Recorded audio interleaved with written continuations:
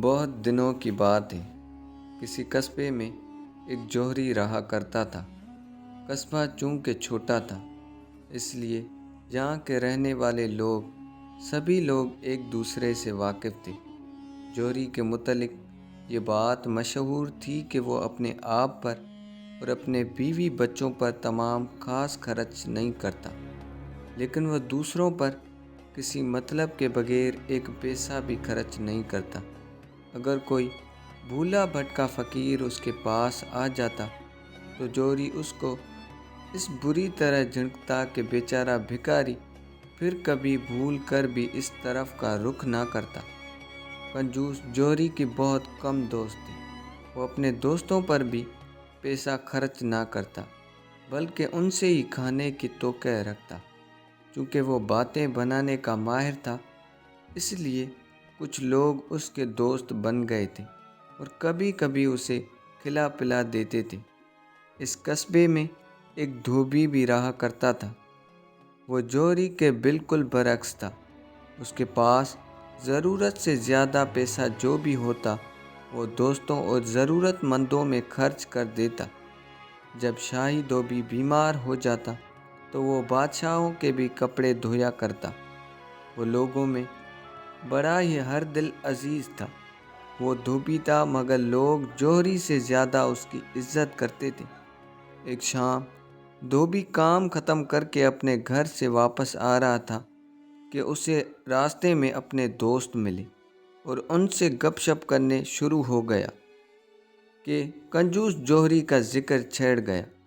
ایک دوست نے کہا کہ اس شخص جیسا کوئی کنجوس ہم نے زندگی بھر نہ دیکھا۔ ایک دوست نے کہا اور اس کی ہاں میں ہاں ملائی۔ اس نے کہا کہ اس نے آج تک کسی کو ایک گلاس پانی تک نہیں پلایا۔ دھوبی بولا، میں اس کنجوس جوہری سے چائے پینا تو ایک طرف کھانا تک کھا سکتا ہوں۔ تمام دوستوں نے کہکال زوردار لگاتے ہوئے کہا کہ ٹانگیں پھیلاتے ہوئے کہا کہ اس نے بڑے بڑے تیسمار خان کو چائے تک نہ پلائی، وہ بھلا تمہیں کیسے کھانا کھلائے گا؟ دھوبی نے کہا، آخر تم لوگوں کو میری بات پر یقین کیوں نہیں آ رہا؟ جب اس کنجوس جوہری سے کوئی چیز کھانا ممکن نہیں تو تمہیں یقین کیسے آئے گا؟ دھوبی نے اگلے دن ایک خالی ڈبیا لی اور جوہری کے گھر کی طرف جا پہنچا۔ اسے معلوم تھا کہ جوہری اس وقت دوپہر کا کھانا کھاتا ہے۔ اس نے زوردار کہکا لگایا۔ کون ہے؟ اندر سے جوہری کی آواز آئی۔ میں ہوں دھوبی، تمہیں معلوم نہیں یہ میرے کھانے کا وقت ہے، جوہری نے بیزاری سے اندر سے بولا۔ دھوبی نے ادب سے جواب دیا، معلوم ہے جناب، لیکن اس وقت میں آپ کے پاس بہت ضروری کام سے آیا ہوں۔ کون سا کام؟ دھوبی نے کہا، آپ دروازہ تو کھولیں، ایک ہیرے کے بارے میں بات کرنی ہے۔ ہیرے کا نام سنتے ہی جوہری کے منہ میں پانی بھر آیا اور اس نے فوراً دروازہ کھول دیا۔ دھوبی کے ہاتھ میں ڈبہ دیکھ کر وہ سمجھا کہ اس میں ہیرا ہے جسے دھوبی بیچنے کے لیے آیا ہے۔ جوہری کو یہ بات معلوم تھی کہ دھوبی کبھی کبھی شاہی محل میں کپڑے بھی دھوتا ہے۔ اس نے سوچا کہ بہت ممکن ہے پہلے کپڑے میں بھولے ہوئے کوئی ہیرا آ گیا ہو۔ جوہری نے کہا، باہر کیوں کھڑے ہو، اندر آ جاؤ، بیٹھ کر آرام سے باتیں ہوگی۔ دھوبی جوہری کے گھر میں داخل ہو گیا۔ اس وقت تک دسترخوان پر کھانا چنا جا چکا تھا، جس کی خوشبو سے دھوبی کی آنتیں قل ہو اللہ پڑھنے لگی۔ مرغی کے انڈے کے برابر ہیرے کا آج کل کیا قیمت ہے؟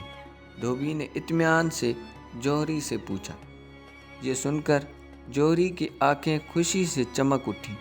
اس نے سوچا کہ ڈبے میں ضرور کوئی بڑا ہیرا ہے جو دھوبی کے ہاتھ لگ گیا ہے۔ میں اسے بے وقوف بنا کر قیمتی ہیرے کو اپنے قبضے میں لے لوں گا۔ بھلا اس ہیرے کے بارے میں اسے کیا معلوم؟ ہاں تو بتائیں، مرغی کے انڈے کے برابر ہیرے کے کیا دام چل رہے ہیں؟ جوہری کے خاموش دیکھ کر دھوبی نے دوبارہ پوچھا۔ جوہری نے دعوت دی کہ آؤ پہلے کھانا کھانا شروع کر دو۔ ہیرے کی باتیں تو کھانے کھانے کے بعد بھی ہوتی رہیں گی۔ دھوبی تو اسی انتظار میں تھا، فوراً لذیذ کھانے میں ہاتھ صاف کرنے لگا۔ پلاؤ، شامی کباب، شاہی ٹکڑے اور گاجر کے حلوے کو جلدی جلدی حلق سے نیچے اتارنے لگا۔ جوہری نے اپنے دل میں کہا، کوئی بات نہیں بچو، اڑا لو میرا مال جتنا اڑا سکو، میں نے بھی تم سے چند سکوں میں ہیرا نہ ہتھایا تو جوہری کا کام ہی چھوڑ دوں گا۔ دھوبی نے کہا، سنا ہے مرغی کے انڈے جتنے ہیرے بڑے نایاب ہوتے ہیں۔ جوہری نے چالاکی سے کہا، ہیروں کی قیمت آج کل گری ہوئی ہے، ایک زمانہ تھا جب ہیروں کے دام بہت چڑھے ہوئے تھے، لیکن جب سے نقلی ہیرے بننے شروع ہوئے ہیں اصلی ہیروں کی مانگ تقریباً ختم ہو چکی ہے۔ پھر بھی آخر اتنا بڑا ہیرا کتنے کا ہوگا؟ دھوبی شامی کباب منہ میں رکھتے ہوئے بولا، یہی کوئی 50-60 روپے۔ جوہری نے ڈبے کی طرف دیکھتے ہوئے جواب دیا، اتنے بڑے ہیرے کی اتنی کم رقم؟ دھوبی نے رومال سے ہاتھ صاف کرتے ہوئے کہا، صحیح قیمت تو ہیرا دیکھنے کے بعد ہی بتائی جا سکتی ہے، آج کل تو نقلی ہیرے بھی اصلی کی طرح دکھائی دیتے ہیں۔ جوہری نے ملازم کو خالی برتن لے جانے کا اشارہ کرتے ہوئے کہا، بڑی مہربانی جوہری صاحب، آپ نے ہیروں کے بارے میں مجھے بہت کچھ بتایا۔ دھوبی جوتے پہنے ہوئے کہا، جب وہ ڈبہ اٹھا کر دروازے کی طرف بڑھا تو جوہری بڑا سمٹایا اور بولا، کیا تم ہیرا نہیں دکھاؤ گے؟ بیچنے کا ارادہ بدل گیا کیا؟ نقلی ہیرے کے بھی کچھ نہ کچھ تو پیسے ہی مل جاتے۔ دھوبی نے پر اعتماد لہجے میں کہا، آپ کی غلط فہمی ہوئی ہے جوہری صاحب، میرے پاس نہ نقلی ہیرے ہیں نہ اصلی، بھلا غریبوں کے پاس بھی ہیرے ہوا کرتے ہیں کیا؟ چند دوستوں سے میری شرط لگی تھی، وہ کہتے ہیں کہ مرغی کے انڈے جتنا ہیرا ہوتا ہے کیا؟ جب کہ میں کہتا ہوں ہوتا ہے، بس یہی بات آپ سے پوچھنے چلا آیا تھا۔ مکار دغا باز، نکل میرے کھانے کے پیسے، ورنہ تیری چمڑی ادھیڑ کر رکھ دوں گا۔ جوہری ایک بڑا سا ڈنڈا لے کر اس کی طرف جھپکا۔ شورگل کی آواز سن کر لوگ وہاں جمع ہو گئے، جن میں دھوبی کے دوست بھی تھے۔